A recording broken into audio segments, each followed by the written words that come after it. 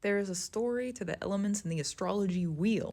Aries is the first light. Let there be light. The activation, the spark. It's like the moment we figured out we can make fire, Aries. Taurus is just sitting around and watching the trees grow. That vibrational energy that plants have.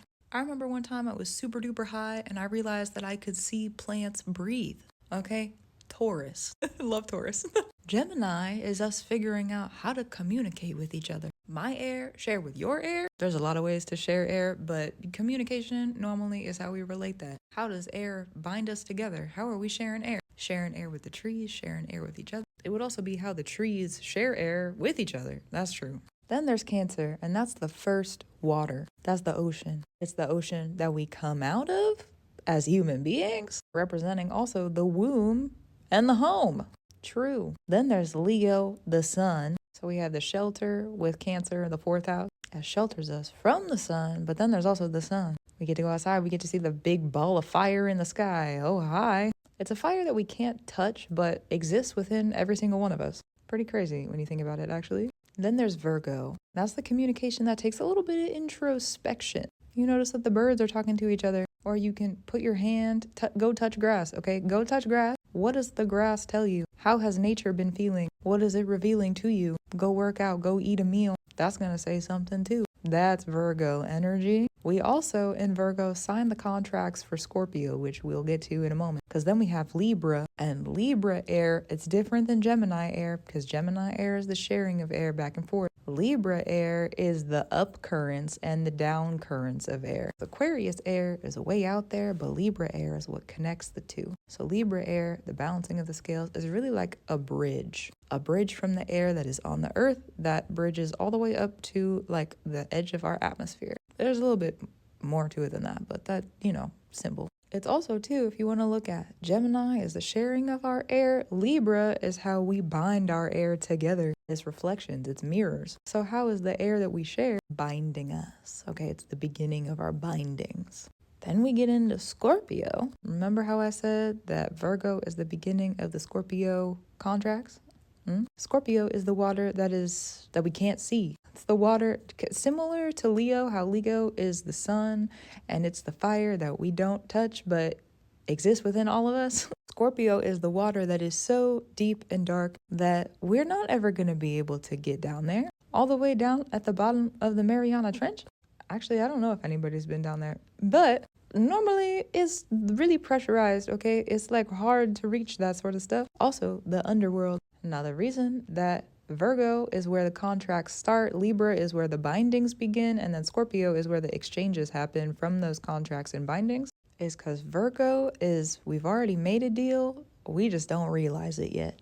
And then Libra kind of lets us know, like, what was the deal that we made? And then with the 8th house in Scorpio, we receive the exchanges of the deal. We have, like, the clarity, it comes out of the dark, deep depths. Yeah. Scorpio, also too related to the water of the womb, literally ruling over the reproductive system. Well, not just wombs, but like in general reproductive systems, okay? That's just my body and what I have to relate to, but it's the water that we can't see, but we know exists. In your deepest, darkest depths, that's true.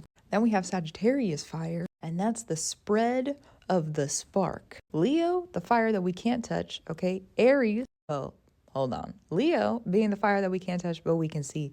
Aries is the spark. Okay, Sagittarius is the spread of the spark, which also kind of not touchable because what happens, wildfires are hot, dude. They're hot. Sagittarius is not always a wildfire, but it can become one. It's ruled by Jupiter and expansion, so you got to kind of keep it in check. Otherwise, it could get out of hand, just a little bit. The fire of expansion, though, is like so potent. That's like inspiration energy. That's dream energy. So good.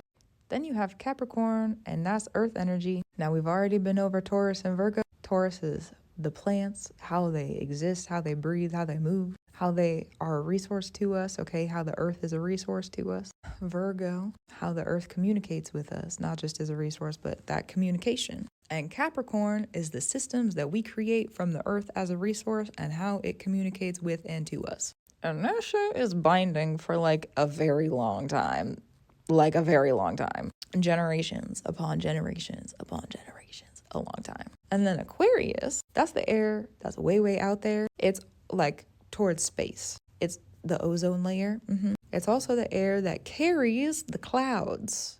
It's the water bearer. So the air that carries the clouds, because not every single air is going to touch the clouds, you know? So Aquarius is the air that holds the clouds, it carries the clouds, it ushers the clouds in and out, and also has the movement of where is that water gonna land. Because then Pisces is the water of the clouds. Pisces is the water that there was a big old vulture that just flew by the window. Oh my gosh, love you, vulture. Thank you so much.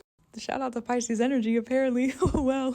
So the Pisces is the clouds. It's the rain cycle where the rain goes up into the sky and then the clouds travel and then they get deposited and the rain drops again. Pisces also has to do with the veil energy. Like we can't reach up into the sky and touch the clouds most of the time unless you're like on a mountain or in an airplane. But like before airplanes existed, all right, stay with me. It's the veil energy. Also, if you think about like your psychic visions, sometimes those are kind of clouded, okay? It's like, how do you navigate those clouded waters? So the picking up of the water, the replacing of the water, and then the putting down of the water, but for sure Pisces. And then we start all over again with a primal spark with Aries.